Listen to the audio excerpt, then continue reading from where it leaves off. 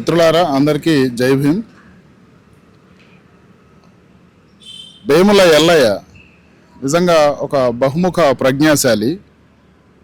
ప్రజ్ఞాశాలి నుంచి బహువిధ అనే ఈ పుస్తకం వచ్చింది.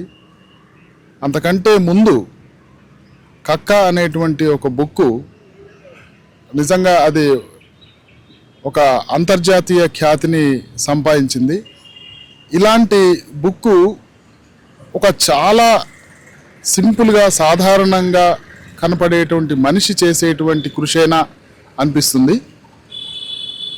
అతని ఆలోచనలు అంతరిక్షాలని ఆ పైన వాటిని దాటిపోతుంటే అతను మాత్రం భూమిని ఎప్పుడూ కూడా విడవక చాలా సింపుల్గా ఉంటాడు.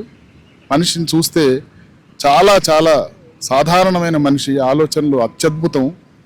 కక్క నవలని చదివే ప్రయత్నం చేసిన వాళ్ళకి అతను ఎవరో తెలుస్తుంది.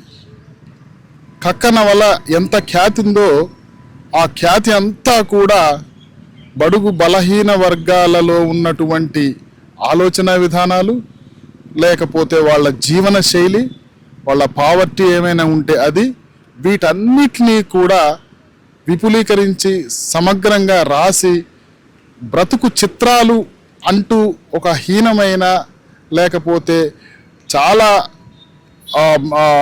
కడు దయనీయమైనటువంటి పరిస్థితిలో ఉన్న వాళ్ళు ప్రపంచంలో ఎవరైనా ఉన్నారు అంటే అది దళితుల్లో ఉంటారు.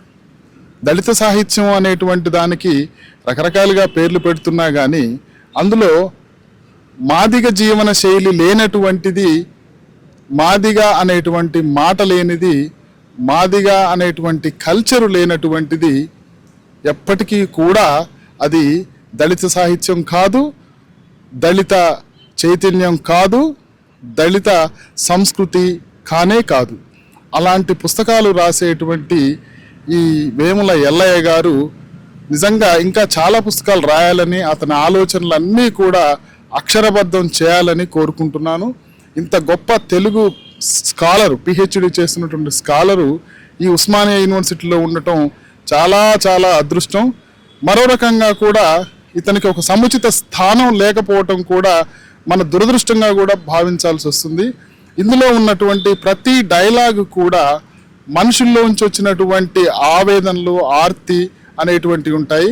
ఒక చిన్న డైలాగు, కళ్ళు ముంతను పట్టుకునేటువంటి వాళ్ళు కనీసం మనుషుల్ని ముట్టుకుంటే పాడైపోతారు అనేటువంటి ఒక డైలాగుని ఇందులో చూపిస్తాడు. అంటే ఒక కళ్ళు ముంతను మాత్రం పట్టుకోగలుగుతున్నారు కానీ బీసీలు ఓసీలు ఎవరైనా కానీ మనిషిని ముట్టుకోలేకపోతున్నారేంటి అనేటువంటి ప్రశ్నని ఒక క్యారెక్టర్ ద్వారా ఇందులో దాన్ని ప్రతిబింబింపజేస్తారు.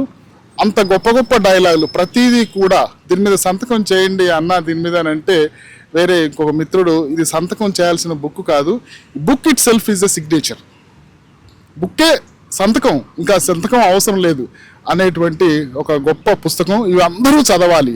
అందరూ అంటే దళిత బహుజనులు అనేటువంటి వాళ్ళే కాదు, మిగతా వాళ్ళు కూడా చదివితే మనమేంటో అర్థమవుతాం. వాళ్ళకి ఎవరూ చెప్పరు, ఈ బుక్కే చెప్తుంది, బుక్లో ఉన్నటువంటి సాహిత్యమే చెప్తుంది. ఇందులో డైలాగులు, వీళ్ళకు ఉన్నటువంటి దుర్భర దారిద్ర్య పరిస్థితుల్లోంచి వచ్చినటువంటి వీళ్ళ జీవన వైచిత్రం మొత్తం కూడా ఇందులోనే కనిపిస్తుంది. ఇలాంటి బుక్స్ ఇంకా రావాలని, ఎల్లయ్య ఎల్లరూ ఎరిగే అంత గొప్ప వ్యక్తి కావాలని నేను కోరుకుంటున్నాను. Thank you.